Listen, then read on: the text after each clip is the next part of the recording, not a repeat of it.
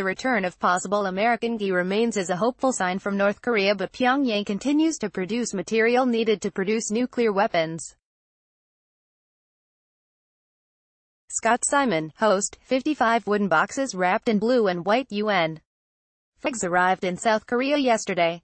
They were on a U.S. military flight from North Korea. The boxes possibly hold remains of some of the more than 5,000 U.S. GIs who went missing in Korean War battles more than 65 years ago. At the White House, President Trump had only praise for Kim Jong-un. Soundbite of archived recording. President Donald Trump: I want to thank Chairman Kim in front of the media for fulfilling a promise that he made to me. And I'm sure that he will continue to fulfill that promise. Simon, now, returning the remains of U.S.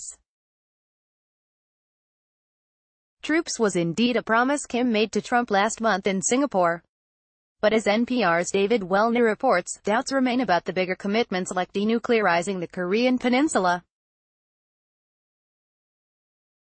David Wellner, byline, just hours after the boxes of what are hoped to be American soldiers' remains landed in South Korea, Defense Secretary Jim Mattis was asked by a reporter at the Pentagon if this gave him more confidence that North Korea would also follow through on its promise to denuclearize. His response was upbeat. Soundbite of archived recording. Jim Mattis: I think when you have that sort of communication going on, it sets a positive environment, a positive tone for other things, more important things in terms of international diplomacy. But this humanitarian act obviously is a step in the right direction. Well, nah, but maybe the only step. The American who commands all U.S. and UN forces in South Korea detects little progress. Army General Vincent Brooks said last week that when it comes to North Korea's nuclear weapons program, it's business as usual. Soundbite of archived recording. Vincent Brooks: the systems and capabilities that they have are not gone. So all of the capability, really, that was there before is still in place and still intact. What is the intention that goes with it?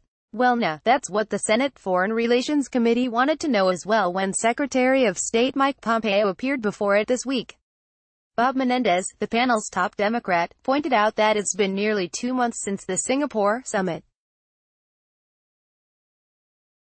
Soundbite of archived recording. Bob Menendez: in that time, we have yet to hear or see anything that provides us with real confidence that North Korea, as the president gloated, quote, no longer poses a threat. Well, nah, Pompeo remained optimistic. Soundbite of archived recording. Mike Pompeo: nothing's changed. Our objective remains the final, fully verified denuclearization North Korea has agreed to by Chairman Kim Jong-un. Well, nah, Colorado Republican Cory Gardner wanted to get more specific.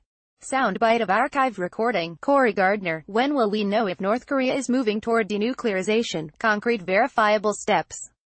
Pompeo: I don't know. I don't know the answer to that. Well, nah, and Massachusetts Democrat Ed Markey scoffed at reports that North Korea was dismantling a missile test site, calling that an empty gesture. He then posed a pointed question. Soundbite of archive recording. Ed Markey: North Korea continues to produce fissile material, nuclear bomb material. Is that correct? Well, nah. After briefly hesitating, Pompeo confirmed this was true. Soundbite of archive recording. Pompeo: yes. They continue to produce fissile material. Well, nah, and that led Markey to this conclusion. Soundbite of archived recording. Markey: I am afraid that at this point, the United States, the Trump administration, is being taken for a ride. Pompeo: fear not, Senator. Well, nah, Pompeo said he hoped North Korea would denuclearize before Trump's first term in office is over. Soundbite of archived recording. Pompeo: we are engaged in patient diplomacy. But we will not let this drag out to no end. Andre Lankov: the North Koreans' goal is quite clear. They want to outweigh Donald Trump administration. Well, nah, that's Andre Lankov, a Russian-born expert on North Korea who was recently there.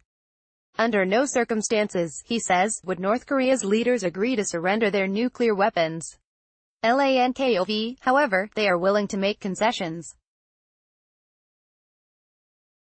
They are going to slice salami in very thin pieces and give something to the American side.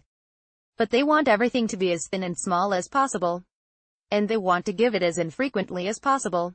Well, nah, starting, perhaps, with those flag-wrapped boxes. David Wellna, NPR News, Washington. Copyright 2018 Nepalese rupees.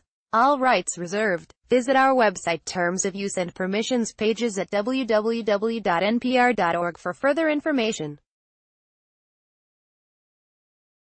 NPR transcripts are created on a rush deadline by Verbatim, Inc., an NPR contractor, and produced using a proprietary transcription process developed with NPR.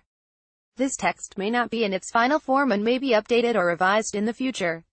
Accuracy and availability may vary. The authoritative record of NPR's programming is the audio record.